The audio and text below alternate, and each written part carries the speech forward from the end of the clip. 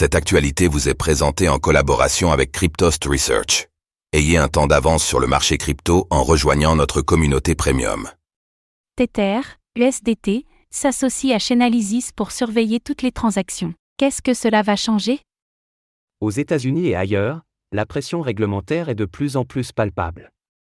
Tether, USDT, a donc décidé de s'associer à Chainalysis pour surveiller les transactions sur le marché secondaire. Qu'en pensez?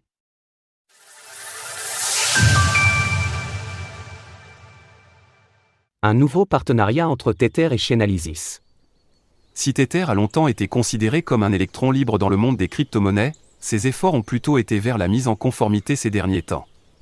Preuve en est faite une fois de plus avec ce partenariat avec la firme d'analyse blockchain Chainalysis.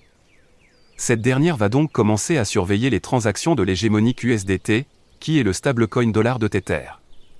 Selon un communiqué de l'entreprise, cela permettra notamment de déceler des activités illégales liées au blanchiment de fonds et au financement du terrorisme.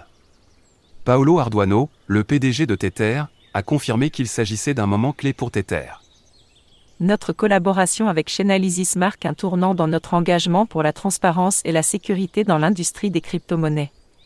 Concrètement, cela veut dire que toutes les transactions en USDT seront méthodiquement surveillées par Tether, ce qui lui donnera plus de visibilité du marché. Les portefeuilles les plus massifs seront particulièrement scrutés, et les transactions suspectes seront signalées. Un changement de paradigme pour Tether.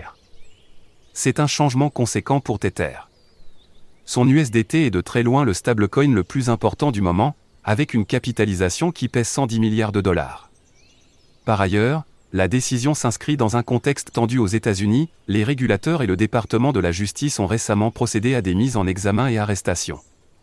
Dans la plupart de ces cas, un reproche est fait, celui d'avoir facilité des transferts de fonds provenant d'entités sanctionnées ou d'activités illégales.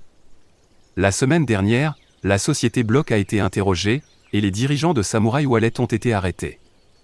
Par ailleurs, on apprenait ce matin que Wasabi Wallet cessait de proposer l'anonymisation des transactions. Tether a donc déjà senti le vent tourner. Début avril, Paolo Arduano critiquait les réglementations européennes, et envisageait de se retirer du territoire.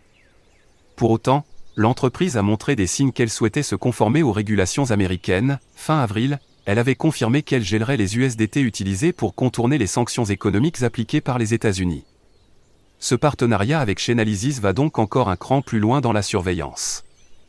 Actuellement, Tether représente près de 70% de la capitalisation totale des stablecoins.